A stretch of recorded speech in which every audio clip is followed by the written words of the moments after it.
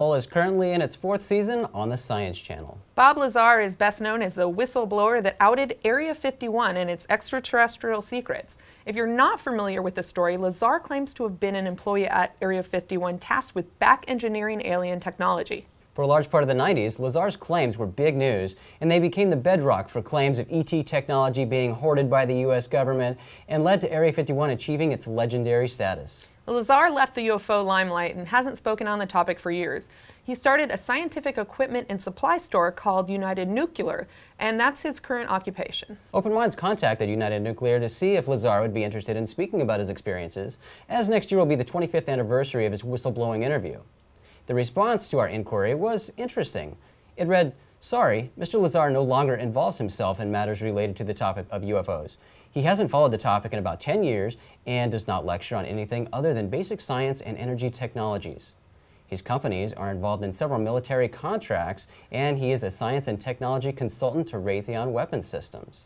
For these reasons, he avoids rocking the boat and generally keeps his distance from the topic." Now, this is an interesting response to get back from him, and it's led people to ask some questions. There's always been questions and mystery surrounding Lazar and the legitimacy of his claims, and even the legitimacy of what he claims to have had his role be and his background and training and stuff. So people wondered if he's actually a scientist, if he actually went to the school he said he went to, if he actually did work at Area 51.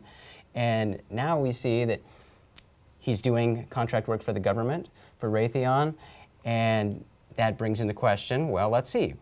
That would indicate that he is a scientist and that he is working for the government. If he was a whistleblower, outed secret government projects, why would the government want this guy working for them? I found it interesting, too, that they included that, because they could have just stopped at a certain point. Oh, absolutely. And then they dropped it in. They knew what they were doing when they said, you know, he's got military contracts. Right.